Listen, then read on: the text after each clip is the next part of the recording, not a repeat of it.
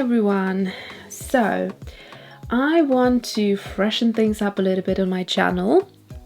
I have been kind of really busy with things at home. It's been a super stressful beginning of the month, and yeah, so I feel like I need colors, and I need painting, and I need swatching. I need all of that good stuff to kind of use it as a art therapy in a way. Now, the thing that I'd like to say, however, is that I'm completely off buying PrimaTek colors from Daniel Smith. And actually, in the last couple of weeks, I even felt discouraged using Daniel Smith watercolors in general, purely because there was so much negativity connected to it that it just put me off using the colors. Although they're beautiful and I love them, I just stayed away, and I'm just sharing with you how things have been going here. And when back in April I bought these colors, I bought them to try and get some mixes together, and these are the colors that you'll see in a minute anyway, but these are the more traditional colors that you would buy, not necessarily to use as they come from the tube, which was previous the case for me with Daniel Smith, but actually to try and mix my own kind of mixtures that I would enjoy. And so I've done that with Schmincke as well, both brands. And actually I have been dipping more into Schmincke lately for obvious reasons, and I have really enjoyed that. So let's do that. So it's going to be 10 tubes and 5 from each brand. And I think I want to do like a comparison video to follow up. So compare some of the colors that I have from Daniel Smith to Schmincke, because even though it's the same color and sometimes even the exact same pigment formula, it can still be slightly different color, because it all depends on how the brand makes the watercolor. So for that reason, I think we're going to do a bit of a comparison video, and then the other video that I want to do is a mixing video.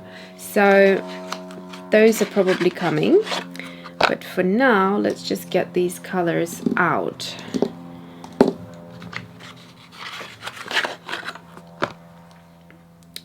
So I have purchased burnt sienna, which I'm so surprised I never had burnt sienna from Daniel Smith, and it's like my must-have color. French ultramarine, indigo, lunar black, and ultramarine violet.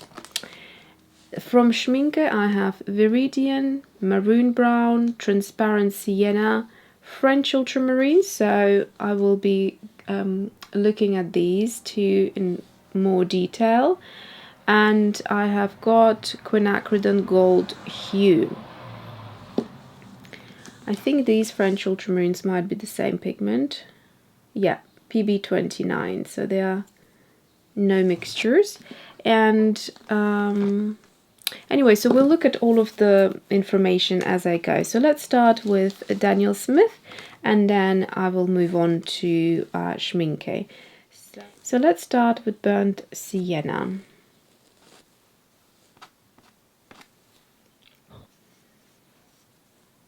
This is a PBR7, so a single pigment. Then we have French ultramarine. You probably guessed, if you're a bit of a seasoned watercolorist, what I'm aiming to mix. Ultramarine violet. So this is a PV15. I got this color because there is some PrimaTek colors that I think might be using this to mix, so that was going to be a bit of an experiment for me. Oh, that was a lot. So that's indigo, and that is a mix of Indanthrone blue and lamp black. So PB60 and PBK6. And Lunar Black is PBK11, so it's basically Mars Black, which I also have Mars Black from Schmincke, which I really have been enjoying, and I bought a second tube of. But I have a feeling that this one is more granulating, so I wanted to have a closer look at it. And I'm desperate to try and mix my own what's it called, Sodalite Genuine, and I believe this might be in there. So let's start with burnt sienna.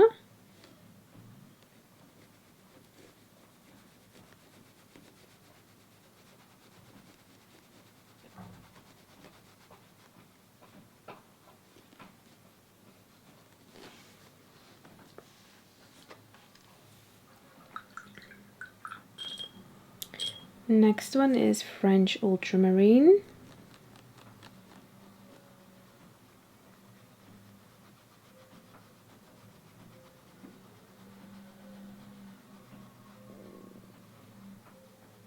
So I'm expecting these two colors to be quite granulating. Next one is Ultramarine Violet, which out of the tube is not my color, but I am quite interested to mix with it. Being an ultramarine, you would get granulation in there, but obviously it's more of a violet tone than a blue, and it would be interesting to substitute the French ultramarine for the ultramarine violet. So next one is indigo, and you really need just a tiny bit of it because otherwise it's just completely black. So I'm going to, I think accidentally I squeezed out that much, or just it came out of the tube, but don't need a lot of it. So you can see it's a beautiful color. I'm going to try and pick up more of it so we can see the actual color.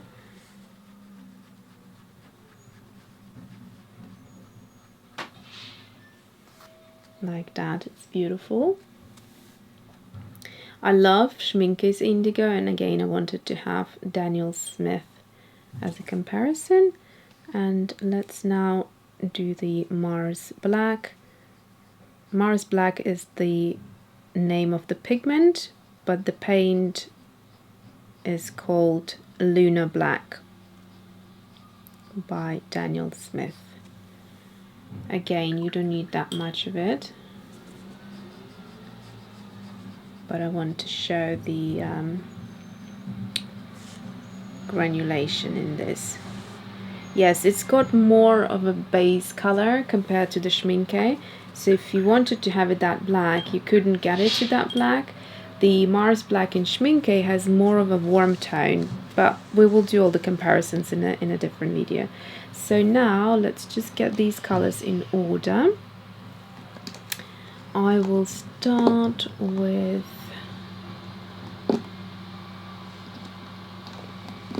these colors here, like so.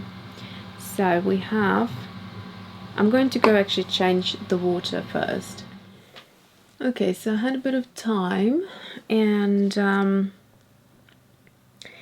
what I find quite interesting is that their indigo really has the Indanthrone blue come through a lot, and I think the Schmincke indigo is a lot more interesting than this one.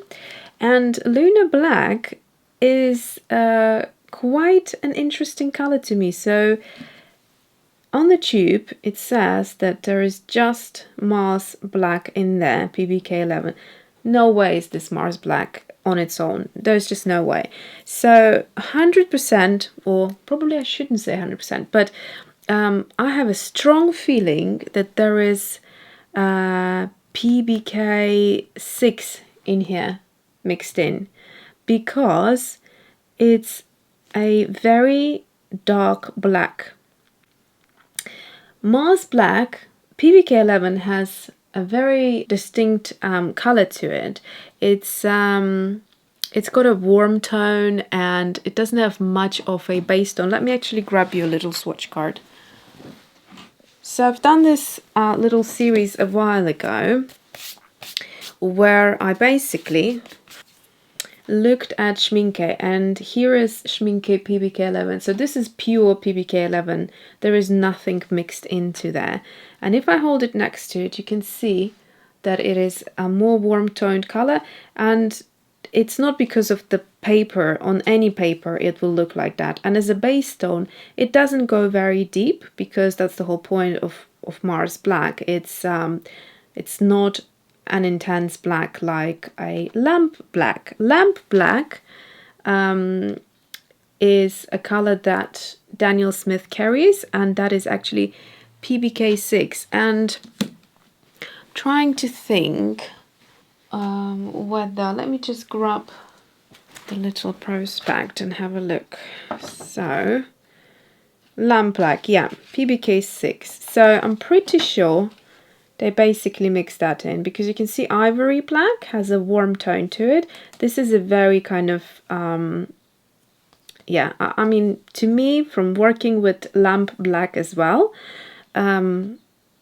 this looks very much like PBK 11 has been mixed with PBK 6.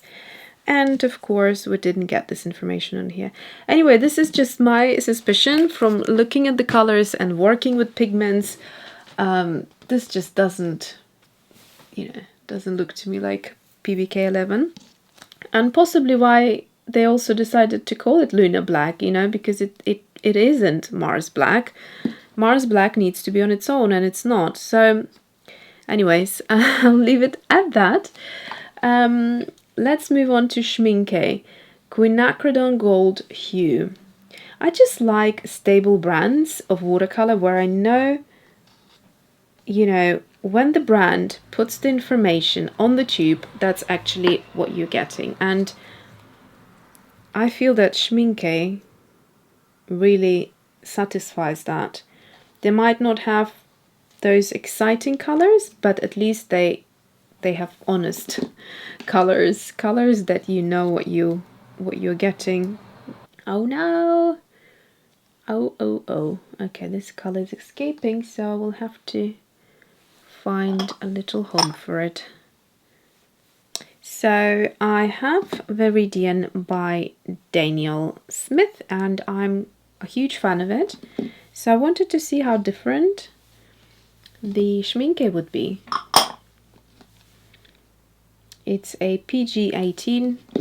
Out of the top of my head, I don't remember Daniel Smith Viridian.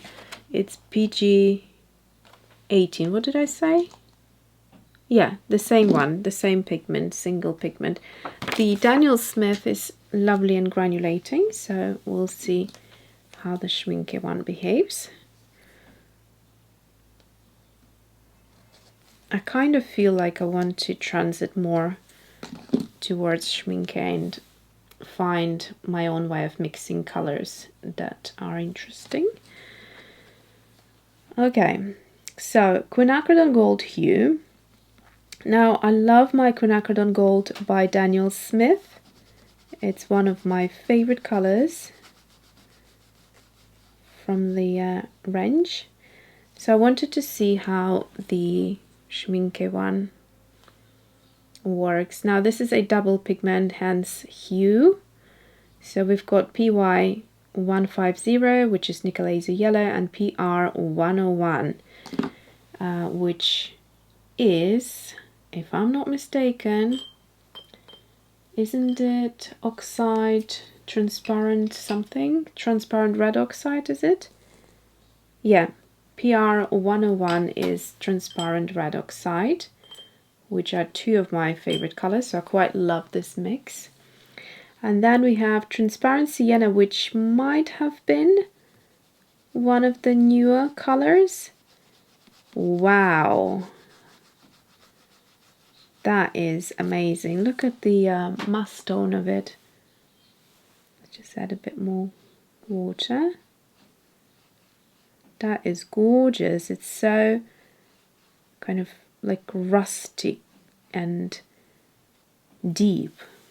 Now that is stunning. Next color is Maroon Brown.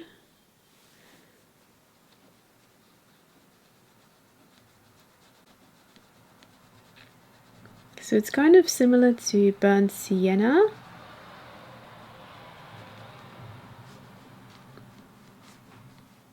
Very similar. I will look at the pigment compound of this color.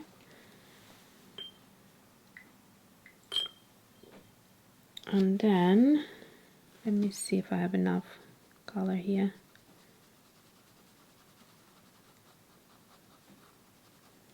This is the Viridian. I think I'll go in a bit more.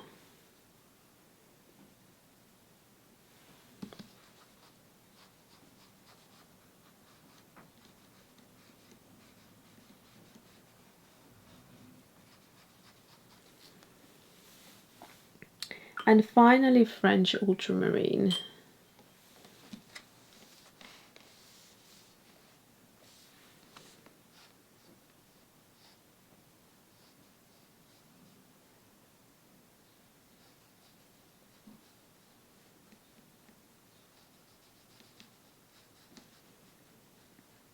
So it's the same pigment as the Daniel Smith French Ultramarine, so they should be fairly similar. As far as ultramarines come, there isn't really that much of a difference between brands.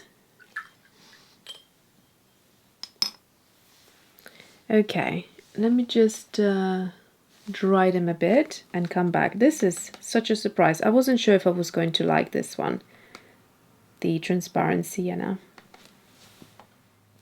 Okay, so yeah, so I have a few interesting things here to feedback on.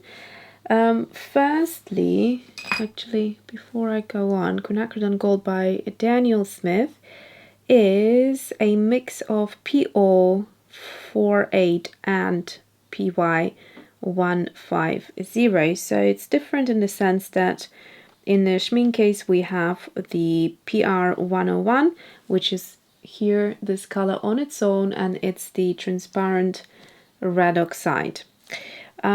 Here we have the PO, what was it again? PO48, which is Quinacridone Gold on its own, mixed with nickel azo yellow to create Quinacridone Gold.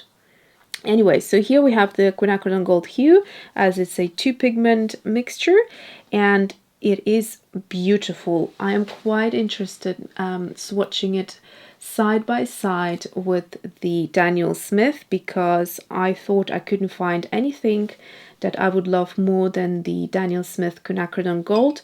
But I'm sort of in the midst of transitioning, I think, to other brands. But yeah, so this is a beautiful, beautiful color. Transparent Red Sienna actually is a single pigment, and it is transparent red oxide, which I have here in Daniel Smith. Also one of my favorites, and let's have a look. It's a single pigment in here. But at the minute I just have a problem trusting what the information is provided on the tubes. As we have learned, it's not a very trustful brand, unfortunately. So then we have next color, Maroon Brown. Now this has NBR on it, and I wonder if that means it's like a neutral, like an earth pigment or something. Let me look up in the catalog. So one of these, you can get them on Jackson's, And all of these things are very, very useful to have in your studio, so you quickly can look up pigments and a bit of other information on there. So the Schmincke has a nice little catalogue. They're only a couple of pounds usually. So maroon brown. Let's try and find maroon brown. Yes, so maroon brown is one of their newer colors. I think it came out a couple of years ago. So it might have been in either 2018 or 2019 when the bunch of new colors were released. So when you see a new on there, that's what it is. Okay, earth pigment, yes. So NBR stands for earth pigment, and it says here granulating warm brown, darker and warmer than burnt sienna. That's interesting. So as a comparison, now when it's drying, I can see there's a lovely separation happening here of darker pigment. So that would be the darker aspect of burnt sienna. I think this is why I ordered it. I wanted to see what it would be like. And yes, it is. Burnt sienna is a bit sort of like towards red, like orange brown. And the maroon brown is probably a bit more towards the like orange yellow, like a warmer tone. So definitely, and you can see the match here is very, very close. So it's a beautiful color. And yeah, so I trust them. When they say earth pigment, I have no problems to trust that that is actually what it is, rather than, you know, mixing in a bunch of other things like these do. So Viridian is interesting. Will be good to see side by side with Daniel Smith. And in terms of French ultramarine, actually the Schmincke is a lot more interesting than the Daniel Smith. Here it almost has a like a glowing effect, which makes me again doubt whether it's a pure PB29 as it should be. It almost feels like there's some sort of phthalocyanine blue in there. Honestly, I could put my bet on it. I don't know. It's just side by side. You can see that this looks a lot more natural. You know how a PB29 should look like, and it's got a more interesting granulation to it. So yeah, definitely this one is preferable. And this, as it's drying more and more, there's just no way that this is PBK11 on its own. So interesting things we're finding out about Daniel Smith watercolors. And I will be looking even deeper into this by trying to mix some more colors using these. Okay, so I hope you enjoyed this video. It's perfect lighting now, so I'll bring it up for you to see a little bit closer what they look like, these colors.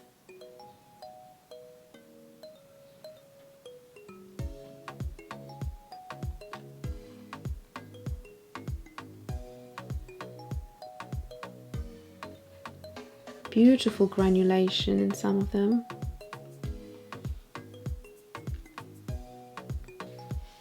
This color is even more interesting in real life.